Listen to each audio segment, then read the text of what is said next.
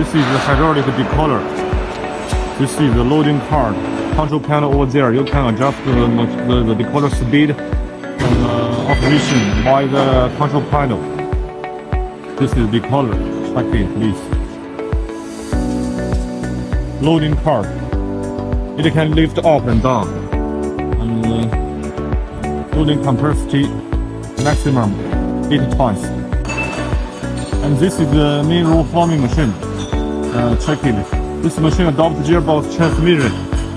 The frame adopts memory arch cast steel frame. The height about 1.5 meters height. This is the feeding part. The feeding part you can adjust the width over there. You can adjust. You know you have different implement widths, right? You can adjust with this wheel to adjust the space. This part and this part, the space. So you can adjust the different, use different width raw material. There are legs on the machine frame. Check it. There are two parts of the machine. You can use both to install them together. It's easy for delivery. Check it. Memory arch frame. The transmission motor over there. And this is the Servo Tracking motor, steering system.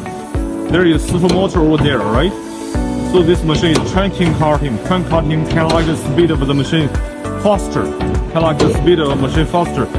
Now all workers are testing the machine. Try to like the blade up and down, lift and down.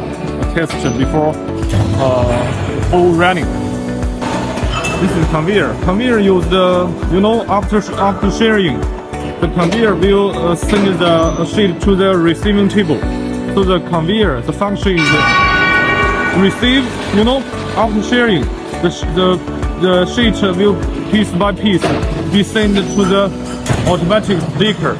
So the conveyor function is like that. Please know it. There are motor on the conveyor, right?